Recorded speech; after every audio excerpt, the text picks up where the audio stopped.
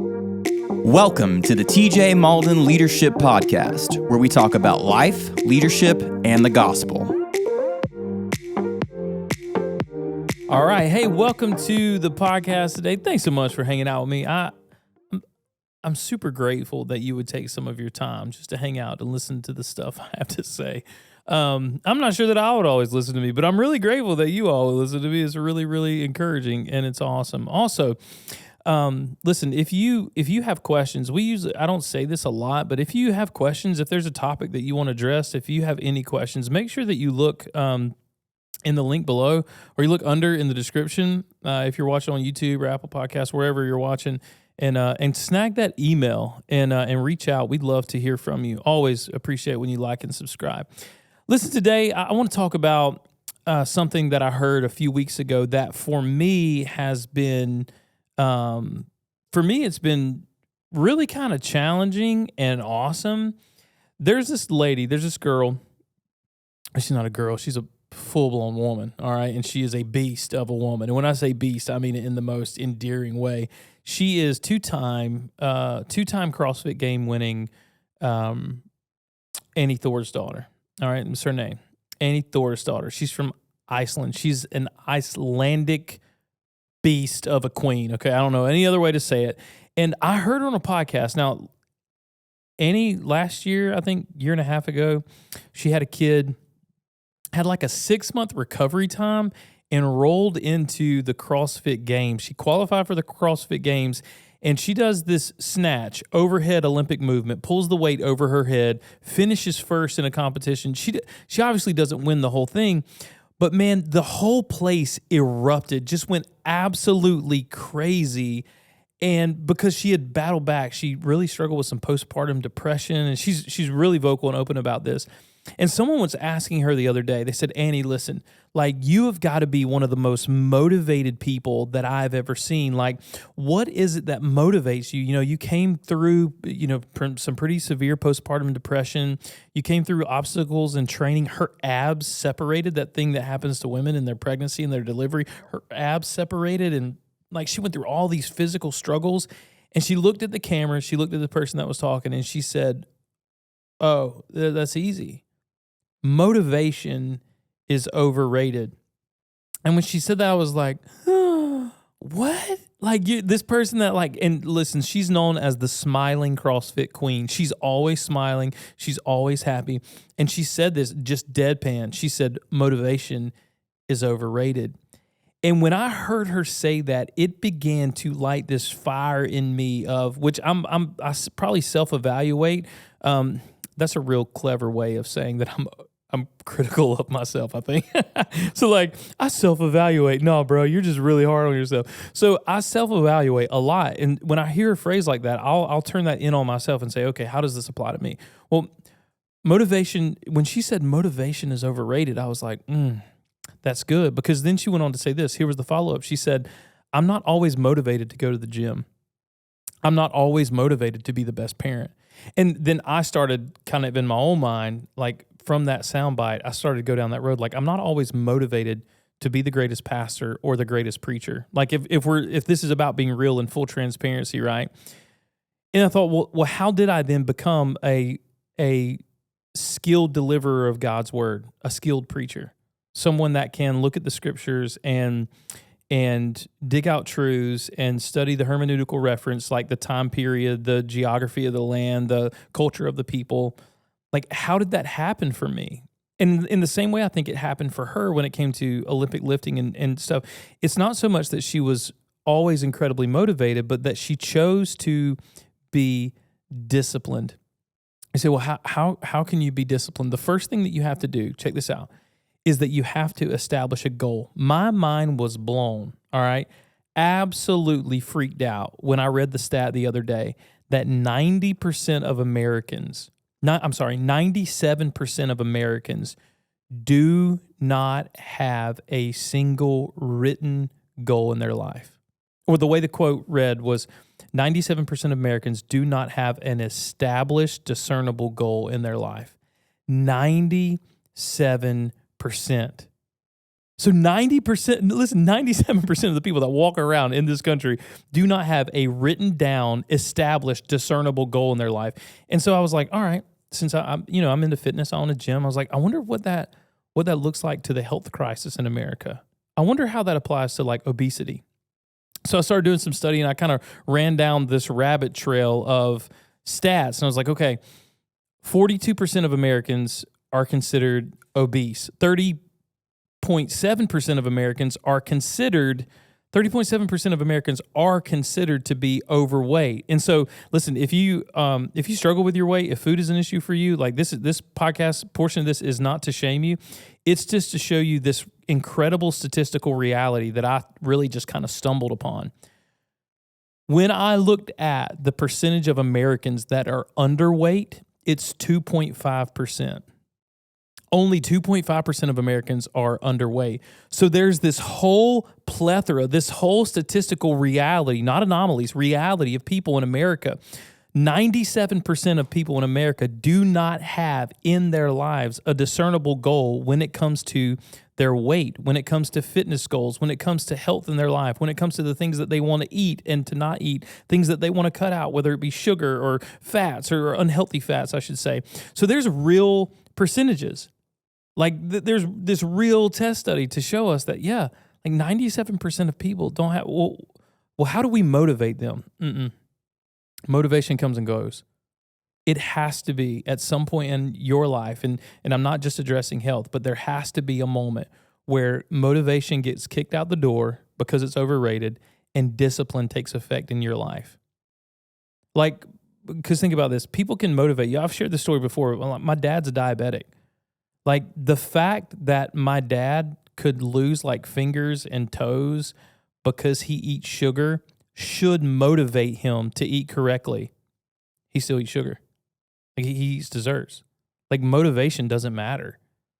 But if he was disciplined to set a goal in his diet and stay disciplined to it, then he could see effects and changes from a good diet. So think about this. Motivation is overrated, but discipline will dominate motivation in your life. So it's not that you're not motivated. And maybe this is getting a little more deep, a little more serious than I intended for it to be. But like people are like, oh, I'm just not motivated to lose weight, or I'm not motivated to exercise. That's not true. You're just not disciplined. You're not disciplined. I'm just not motivated to plant that garden. I'm not motivated to get A's, right? Like I'm not motivated to climb the ladder. I'm not motivated to start the business. No, that's not true. You're just not disciplined. You're just not disciplined. Because if you wanted the good grade, you would be disciplined in your study and you could get the good grade, right?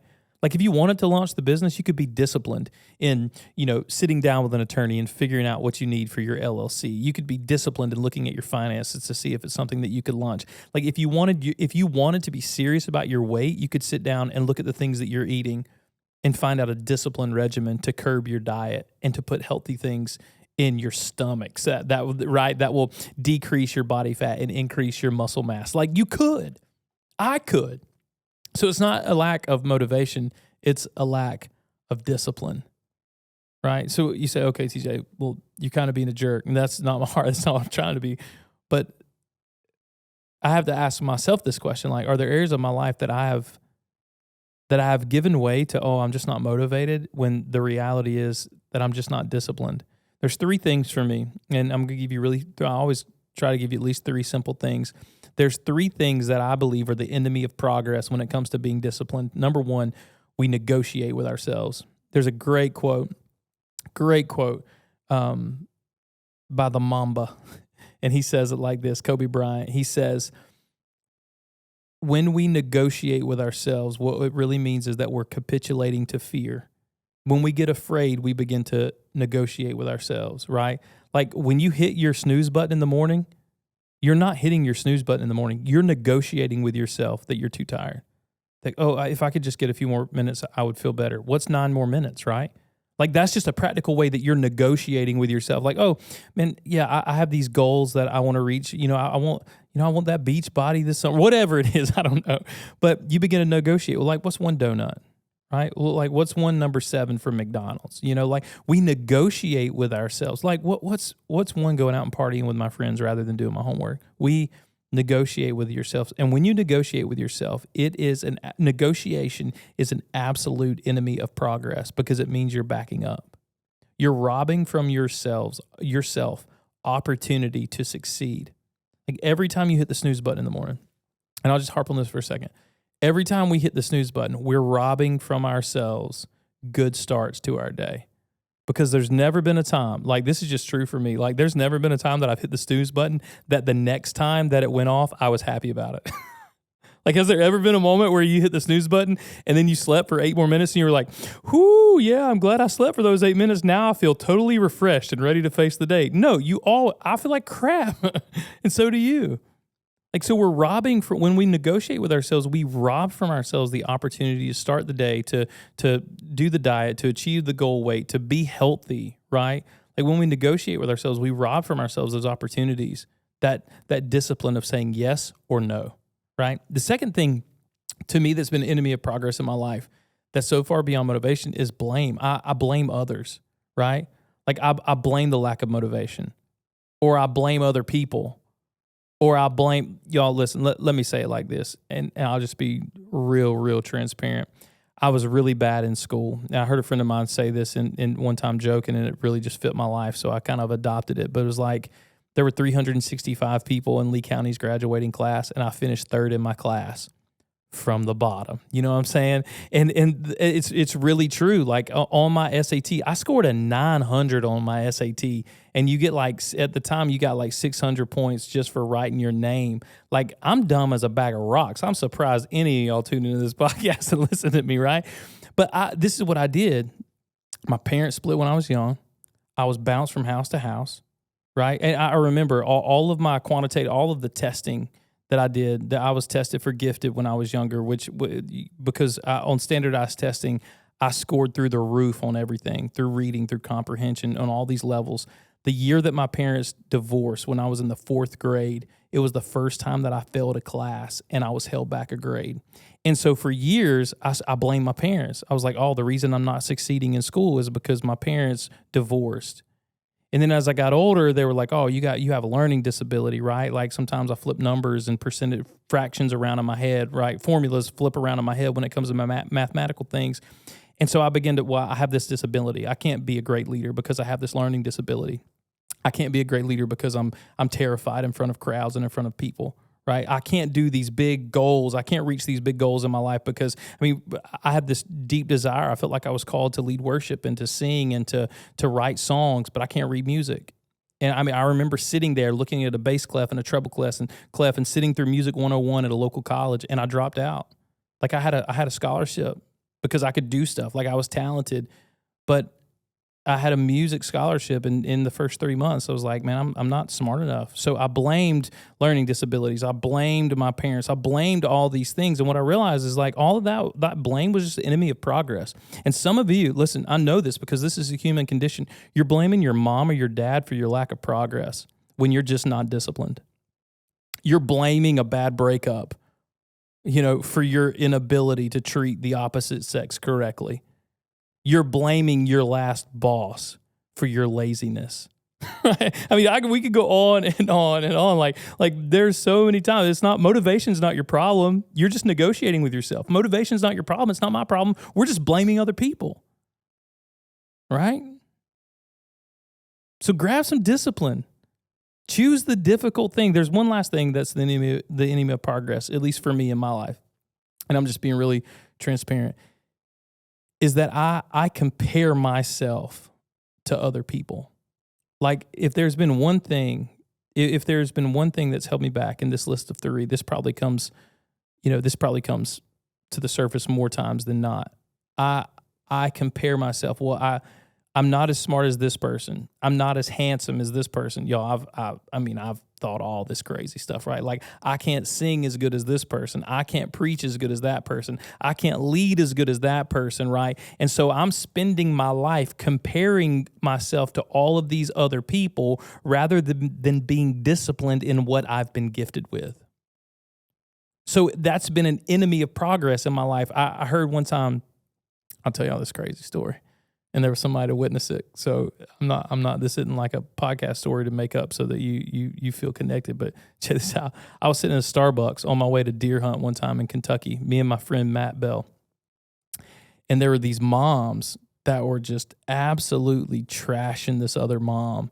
And they were like, oh my God, she brought this to the party and she brought this and she had all of these snacks. And they were just throwing her under the bus. And I remember leaning back. I heard this quote a few weeks earlier and I leaned back. I said, hey ladies. And they were like, yeah. I was like, you're talking about your friend, right? And they were like, yeah. I said, comparison really is the thief of joy. I said, if y'all keep comparing yourselves to her, you're never going to be joyful and you're never going to appreciate who she is. And it was the most awkward moment. I thought it was awesome. It was a lot of fun for me. Probably it was selfishly. It was probably like for my pride. I was like, oh yeah, I'll put these ladies in their place. But like that's been true in my own life. Like comparison has been the thief of joy. Motivation has not been the thing that's held me back. 9 times out of 10, it's because I've either negotiated with myself, I've blamed someone else, or I've compared myself to someone else, and I've let comparison take from me, rob from me my joy and my determination and my discipline. So here's the question. Are you negotiating with yourself in an area of your life where you need to step up and be disciplined? That's a genuine question. Number 2, are you blaming other people? Right? Like that's so simple. But are you blaming other people when really it's just a lack of discipline in your own life? The third thing, are you comparing yourself to others? Are you checking out Instagram or Facebook and you're watching someone else's highlight reel and you're comparing yourself to all of their doctored pictures and their filtered lifestyles, and you're comparing yourself in such a way that it has robbed all of your motivation, and because you don't have discipline to back it up, you're failing, you're struggling, you're faltering? Stop negotiating with yourself. Stop blaming other people. Stop comparing yourself to someone else and choose the difficult thing. Motivation is so overrated, but discipline, if you will let it, hear me say this, discipline will dominate motivation in your life. Discipline will overcome you negotiating with yourself. Discipline will rule out you blaming other people. Discipline will help you no longer compare yourself to other people, but discipline will help you compare yourself to yourself yesterday, okay? Like discipline dominates motivation. Choose the difficult thing. I have a really good friend, somebody that I really care about. He hangs out here on staff a lot. His name is Keyshawn, and Keyshawn's gonna oh man, I don't know. Honestly, I don't know how he'll feel about this. But if you know me and you love me, you're fair game for this podcast. So Keyshawn had some grade situation going on in school, right? And so Keyshawn was hanging out around the church a lot. He's hanging out with all of his friends. And we're all, listen, this is the best place in the world to work. Like you can hang out with your friends. Like you can get lost in the day sometimes. You have to be really disciplined. And so Keyshawn, he might have had a bad grade or two. All right, I'm not going to speak for Keyshawn, but he might have had a bad grade. And Keyshawn came by the office one day and I said, hey, Keyshawn, and I said this to him. I just said, hey, man, just choose the difficult thing. Like, I love hanging out. We all love hanging out with you. But, like, just bail on us sometimes. Like, bail on your friends sometimes. Bail on hanging out sometimes. Choose the hard thing. Choose the difficult thing today. And it will make those fun moments more enjoyable without the weight or the pressure of that bad grade hanging over your head, right? Or feeling like you're prolonging some disciplinary moments in your life that you need to really enact some discipline. And so that would be my encouragement to you. Choose the difficult thing, right? The difficult thing is to be disciplined. This is a reality in my life. And when I came to First Baptist, I've been here for 12 years. When I first came here, I was working like 30 to 40 hours a week for a HVAC company, and I was crawling under houses, all right? I was putting in HVAC stuff. I probably messed up. I didn't know what I was doing. I probably messed up more stuff than I helped, but there was a great friend of mine named Dallin Granberry who employed me. He actually let me work for him, and it probably cost him more money than it ever helped him make, okay? But I would work 30, 40 hours a week with him. I would drive to Albany. I lead worship at Sherwood on Wednesday nights.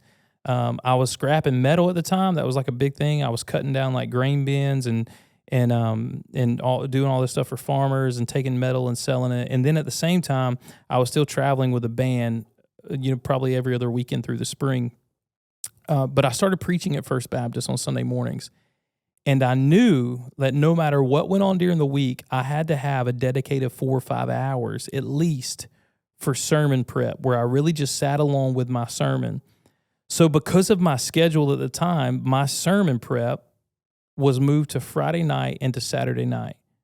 And I would go in, and I enjoyed that because I worked really hard through the week, sometimes 12, 15, sometimes 20-hour days, especially when I was working for the HVAC company and doing scrap metal on the side. So some days were 20 hours a day, 16-hour days, 15-hour days. Those weren't, they weren't uncommon. And so I made this non-negotiable in my life way back then that Saturday night there would be 3, 4, 5, sometimes 6 hours to where no matter how much I'd read during the week or studied during the week, no matter how much sermon prep went in Monday through Friday, Saturday night was going to be a time that no matter what, I put multiple hours into sitting with the Lord, sitting in the scriptures, going back over my notes, and typing everything out. Saturday night would forever be my night. I decided that, maybe 10 years ago. Now, during the course of that 10 years, I've led worship in other states and driven back home and gotten home at 3 o'clock in the morning, 2 o'clock in the morning on Saturday night. There have been times that we have birthday parties, and no matter what, it doesn't matter. My family knows if we get home at 11 o'clock, Dad's not going to sleep till 3 a.m. Like if we get home at 10 o'clock, Dad's probably going to go to sleep at 2 a.m. If we get home at 8 o'clock, Dad's probably going to get to bed about 1. There's this known understanding in our home that like Dad disappears for 4 or 5 hours every Saturday night. Why? Well, it's not because I'm always motivated, all right? Like I'm not telling that story to be like, hey, look at me. Like, no, I'm not always motivated. But I put this discipline in my life that before a Sunday morning service, like I owe it to my church. And it doesn't matter. Listen, it doesn't matter if I've studied 20 hours that week, right? I remember I did a sermon one time on divorce. I studied a cumulative with all that I read, the reports that I read, the sermon that I did on divorce. I invested 60 hours of study time just into that one sermon. I'd lived that sermon having divorced parents, but I didn't want to miss it. So statistics and reading books, I put 60 hours in this one sermon. You know what I did on Saturday night? I went back over all my notes, point by point, line by line, quote by quote, prayed over my points, put it into word. That's what I do every Saturday night. Like that's a non-negotiable. So are there things in your life, and I'm not saying, hey, just be like me, but that is an area of my life where I don't always feel motivated. Listen, I don't always feel motivated to be a great pastor. Sometimes church people wound me. Sometimes they're overly critical. Sometimes they're correctly critical, and it still wounds me, right? Sometimes church folks are just mean, right? Sometimes I just want to enjoy my family and spend time with them. Sometimes I want a Saturday just to be about Georgia football. Like if I'm really, really honest, I'm not always the most motivated person. 52 Saturdays out of the year, I'm not at a 10 on motivation. Sometimes discipline has to take over. And I have to choose the difficult thing, even in something that I do love and am passionate about. I have to let Hebrews 12:11 be my guide. What does it say? Discipline in the moment seems difficult. One translation of the Bible says, discipline in the moment is unpleasant, but in the end, it will produce fruits of righteousness to those who have been trained by it. So I'm not here today telling you that discipline, that it's fun to push away My Lady donuts. You know what I'm saying? It's not fun to not get the Crystal Burger at 2 a.m. because it just slaps different. Like a Crystal Burger with cheese at 2 a.m. absolutely slaps. Well, listen, discipline is saying no. Discipline is choosing the difficult thing. Discipline is not negotiating with yourself. Discipline is not blaming others. Discipline is not comparing yourself to other people's highlight reel. Discipline is doing the difficult thing in the moment so that good fruit will be produced from your life. And there will be a day where discipline will dominate the motivation and you will produce successful, good results because you chose to be disciplined. And so, listen, I know I kind of peel back my heart a little bit and let you kind of see the inner workings of my brain and my heart and how scattered and crazy it can be sometimes, but that's real. And that's where you will be. If you want to do something great for yourself, for your family, or for God, you're not always going to be motivated, but you can always be disciplined. Love y'all. Thank you so much for listening to this episode of the TJ Mauldin Leadership Podcast, where we talk about life, leadership, and the gospel. If you enjoyed this episode, share with a friend. For more content, follow us on Instagram and YouTube. If you have any questions you would like to ask TJ, whether it is about life, leadership, or the gospel, you can email those to tjmauldinleadershipodcast@gmail.com. Thank you again for listening, and we hope you join us again on the TJ Mauldin Leadership Podcast.